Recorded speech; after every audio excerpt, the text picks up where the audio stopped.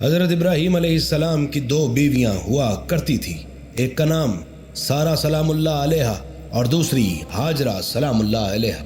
حضرت سارہ کے بطن سے اللہ نے ابراہیم کو اسحاق عطا کیے اور حضرت ہاجرہ کے بطن سے اللہ نے ابراہیم کو اسماعیل عطا کیے۔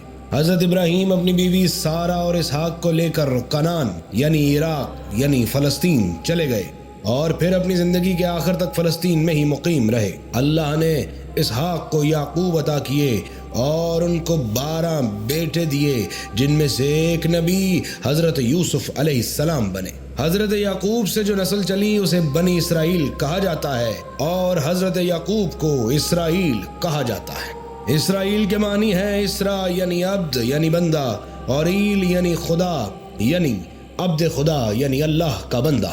حضرت یعقوب کے بیٹے حضرت یوسف ہوئے جو مصر گئے اور بعد میں ساری بنی اسرائیل یعنی اولاد یعقوب مصر چلی گئی اور وہاں مقیم ہو گئی۔ یہ نسل مصر میں بڑھنے لگی۔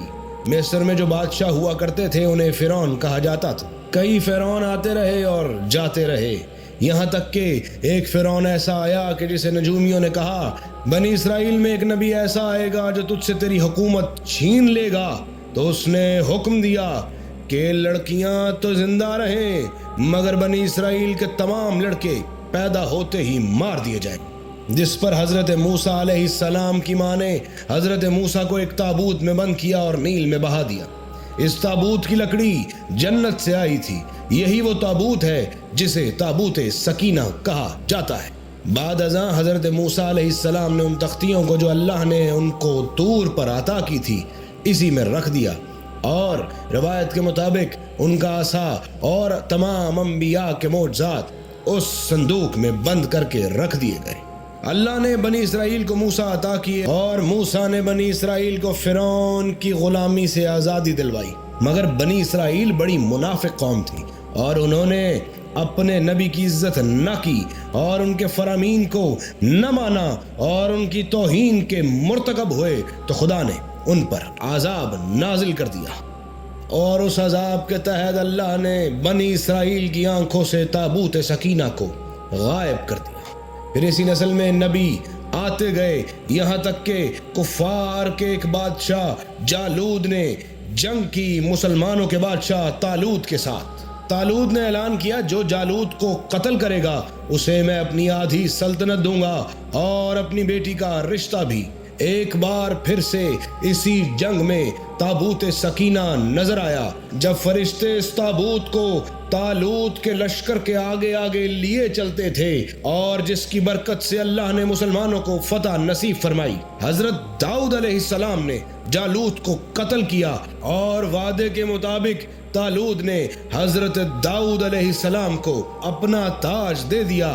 حضرت داؤد کو جب وہ تاج ملا تو ان کی تاج پوشی جس پتھر پر بٹھا کر کی گئی، آج اسی کو ہی دا تھرون آف ڈیوڈ یعنی تخت داؤدی کہا جاتا ہے۔ حضرت داؤد علیہ السلام نے عبادت خداوندی کے لیے ایک معبد تعمیر کرنا شروع کیا، مگر اپنی زندگی کے رہتے اسے مکمل نہ کر سکے۔ ان کے بعد ان کے بیٹے حضرت سلیمان علیہ السلام نے اس معبد کو مکمل کیا اور تخت داؤدی یعنی تھرون آف ڈیوڈ اور تابوت سکینہ دونوں اس معبد میں رکھ دیے۔ اسی معبد کو ہیکل سلیمانی یعنی دا ٹیمپل آف سلیمان کہا جاتا ہے۔ وقت گزرتا گیا اور پھر 586 بیفور کرائسٹ یعنی 586 قبل از مسیح میں بخت نصر نے حملہ کیا اور ہیکل سلیمانی کو تباہ و برباد کر دیا اور 6 لاکھ یہودیوں کو قتل کر دیا اور 2 لاکھ کو قید کر کے اپنے ساتھ عراق لے گیا، اور عراق کے باہر یہودی غلاموں کی ایک بستی بنائی جس کو تل ابیب کہتے ہیں۔ اس کے بعد 70 سال تک ہیکل سلیمانی تباہ و برباد رہا۔ پھر 1539 بیفور کرائسٹ میں سائرس جو ایران کا بادشاہ تھا، جسے ذوالقرنین بھی کہا جاتا ہے، اس نے عراق پر حملہ کیا اور جیت گیا، اور اس نے تل ابیب کے یہودیوں کو آزاد کروایا اور انہیں فلسطین یروشلم بھیجا اور ہیکل سلیمانی دوبارہ بنوانے میں یہودیوں کی مدد کی۔ اور اس کے بعد 537 بیفور کرائسٹ میں دوبارہ ہیکل سلیمانی کی تعمیر شروع ہوئی، مگر علاقائی مخالفت کی وجہ سے یہ تعمیر زیادہ دیر نہ چل سکی اور روک دی گئی۔ پھر کافی وقت کے بعد حضرت زکریا علیہ السلام آئے جنہوں نے اس کی تعمیر کی، مگر تابوت سکینہ ابھی تک آنکھوں سے اوجھل ہی تھا۔ پھر حضرت عیسیٰ علیہ السلام آئے اور یہودیوں نے انہیں ماننے سے انکار کر دیا اور بالآخر انہیں صلیب پر چڑھا دیا، یعنی کروسیفیکیشن آف حضرت عیسیٰ کر دی گئی۔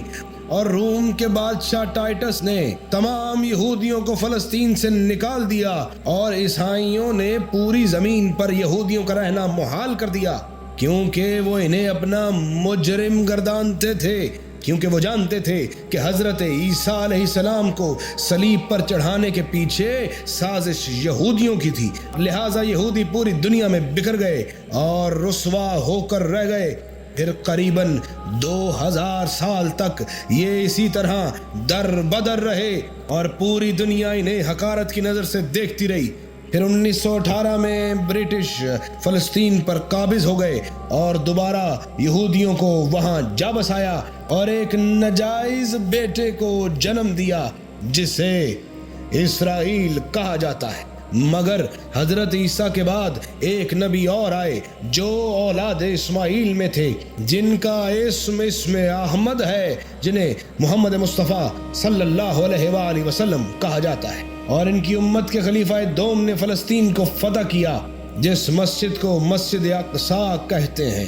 پھر اس کے بعد قریباً 691 AD میں امید خلیفہ عبد الملک بن مروان نے اسی مسجد کی تعمیر نو کروائی، اور پھر 1187 میں صلاح الدین ایوبی صلیبیوں کو شکست دے کر فلسطین میں داخل ہو گیا، اور پھر 1229 میں فریڈرک جنرل بغیر لڑے ہوئے اس پر قابض ہو جاتا ہے، جو کہ ایک رومی جنرل تھا۔ پھر اس کے بعد 1244 میں مسلمان دوبارہ فلسطین کو فتح کر لیتے ہیں، اور پھر 1517 میں سلیم اول سلطان، جو کہ سلطنت عثمانیہ کا سلطان تھا، یروشلم کو سلطنت عثمانیہ کے حدود میں داخل کر لیتا ہے، اور اس کے بعد پھر 1917 میں English general Anglo Ottoman empire کو تباہ کر دیتا ہے، اور اس کے بعد یہ شہر برٹش کے انڈر آ جاتا ہے۔ پھر اس کے بعد 1947 میں اقوام متحدہ اس کو 2 حصوں میں ڈیوائیڈ کر دیتی ہے، اور ایک حصہ اسرائیل کو مل جاتا ہے اور دوسرا اردن یعنی جارڈن کو مل جاتا ہے، اور پھر 1948 میں اسرائیل آزاد ہو جاتا ہے، اور پھر کچھ ہی عرصے کے بعد اسرائیل پورے یروشلم پر قبضہ کر لیتا ہے۔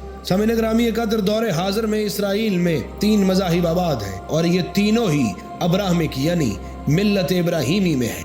پہلا اسلام، دوسرا عیسائیت، تیسرا یہودیت۔ مسلمان مسجد اقصیٰ کا بڑا احترام کرتے ہیں، یہودی دیوار گریہ کا بڑا احترام کرتے ہیں۔ دیوار گریہ اس دیوار کو کہا جاتا ہے جو ہیکل سلیمانی کا حصہ تھی، اور ہیکل سلیمانی کے تباہ ہونے کے بعد یہ ایک دیوار ہی باقی رہ گئی، تو یہودی اس دیوار کے پاس جا کر روتے ہیں اور یہ دعا کرتے ہیں کہ ہم دوبارہ ہیکل سلیمانی کی تعمیر کریں گے، پروردگارا ہمیں معاف کر دے تاکہ ہم ہیکل سلیمانی کی دوبارہ تعمیر کر سکیں اور دنیا کی حکومت ہمارے ہاتھ میں آ سکے۔ اور عیسائیوں کا حصہ وہ جگہ ہے جہاں حضرت عیسیٰ کو کروسیفائی کیا گیا تھا۔ سامعین گرامی قدر، میری دعا ہے کہ اللہ ہمارے علم میں اضافہ فرمائے۔ الہی آمین۔